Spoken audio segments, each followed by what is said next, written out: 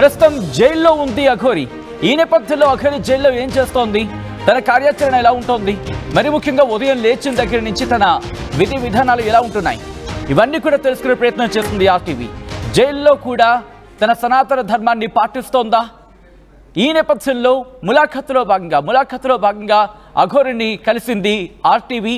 ఈ నేపథ్యంలో అక్కడ తను ఎటువంటి పరిస్థితులు ఎదుర్కొంటోంది, ఎటువంటి సిచ్యువేషన్స్ ఉన్నాయి, అలాగే తన కార్యాచరణ విధి విధానాలు ఎలా ఉంటున్నాయి తెలుసుకునే ప్రయత్నం చేద్దాం. సో ఈ సినారియోలోని మా ప్రతినిధి ఆర్టీవీ ప్రతినిధి వెళ్ళి ఆమెను కలవడం జరిగింది. జైల్లోనూ సనాతన ధర్మాన్ని అఘోరి కొనసాగిస్తున్నట్టుగా తెలుస్తోంది. ఉదయం లేవగానే స్నానం, ఆ తర్వాత కాళీమాత శివయ్యకు ప్రత్యేక పూజలు చేస్తోంది. రోజుకు 2 సార్లు పూజ చేసి శివయ్యకు అభిషేకం కూడా నిర్వహిస్తున్నట్టుగా తెలుస్తోంది. జైల్లో శివయ్య విగ్రహం లేకపోవడంతో మనసులో స్మరించుకుంటూ పూజలు చేస్తున్నట్టుగా తెలుస్తోంది.